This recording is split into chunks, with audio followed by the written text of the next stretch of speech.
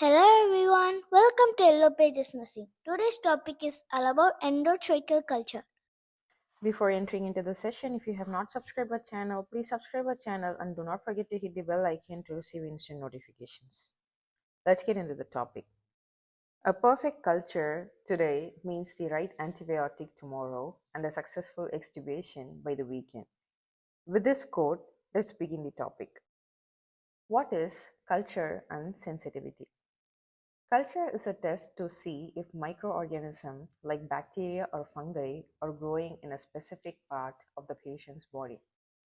And sensitivity means what kills it, which means the lab tests different drugs to see which one stops the growth of the organism. Now, what is endotracheal culture? Endotracheal culture is a procedure where we collect secretions from endotracheal tube to check for infection in the lungs. Why do we do this is in order to identify bacteria in the lower airway when pneumonia or ventilator-associated infection is suspected. Now comes indications for endotracheal culture. Fever or infection signs. Thick or colored secretions which indicate possible pus and bacterial growth in the airway. Suspected ventilator-associated pneumonia as we discussed before. Worsening oxygen needs, which shows lung function may be worsening due to infection. Poor response to antibiotics. Now, let's discuss what are the equipments needed for an endotracheal culture. Sterile specimen trap, that is mucus trap or mucus extractor, suction source, sterile gloves, oxygen source or ambu-bag, labels, and lab request form. Now, let's discuss few things about mucus extractor.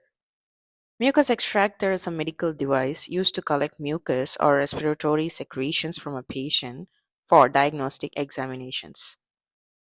Parts of a mucus trap or mucus extractor includes a collection chamber or bottle, which is a transparent cylindrical container that collects and stores the mucus.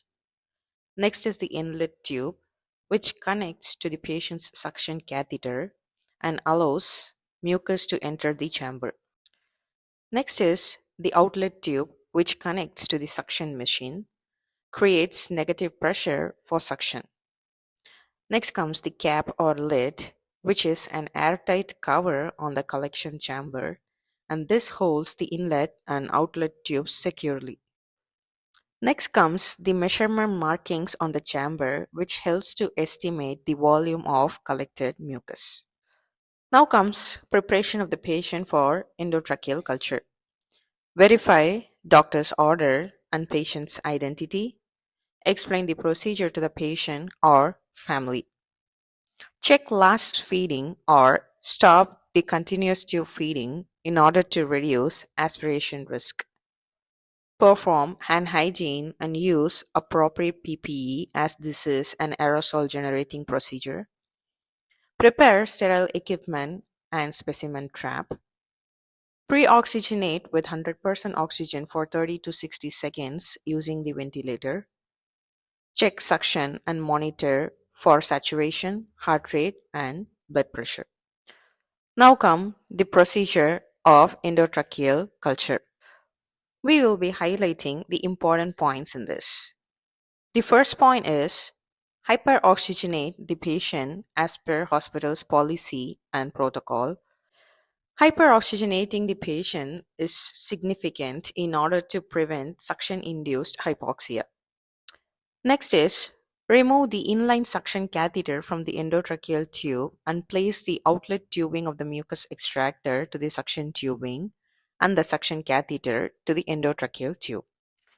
Next is insert the suction catheter only up to the tip of the endotracheal tube or the pre-measured depth. Sometimes there are chances that we may advance the catheter until we meet resistance where we touch the carina. In such cases, going beyond the tube can contaminate the sample, cause mucosal injury, or even induce bleeding.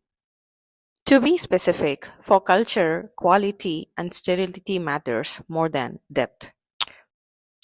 One more important point is do not apply pressure while inserting the suction catheter. After reaching the desired distance, apply suction for no more than 10 to 15 seconds while withdrawing. Next step is disconnect the mucus extractor and check the quantity of secretion, label it, and send the specimen to the lab immediately. Now comes a simple differentiation between endotracheal culture and bronchoalveolar lavage. What is ET aspirate or ET culture? It is a simple suctioning using a mucus extractor, and when it comes to the accuracy, it is good but can be contaminated by the tube biofilm. Now, what is a mini bronchoalveolar lavage?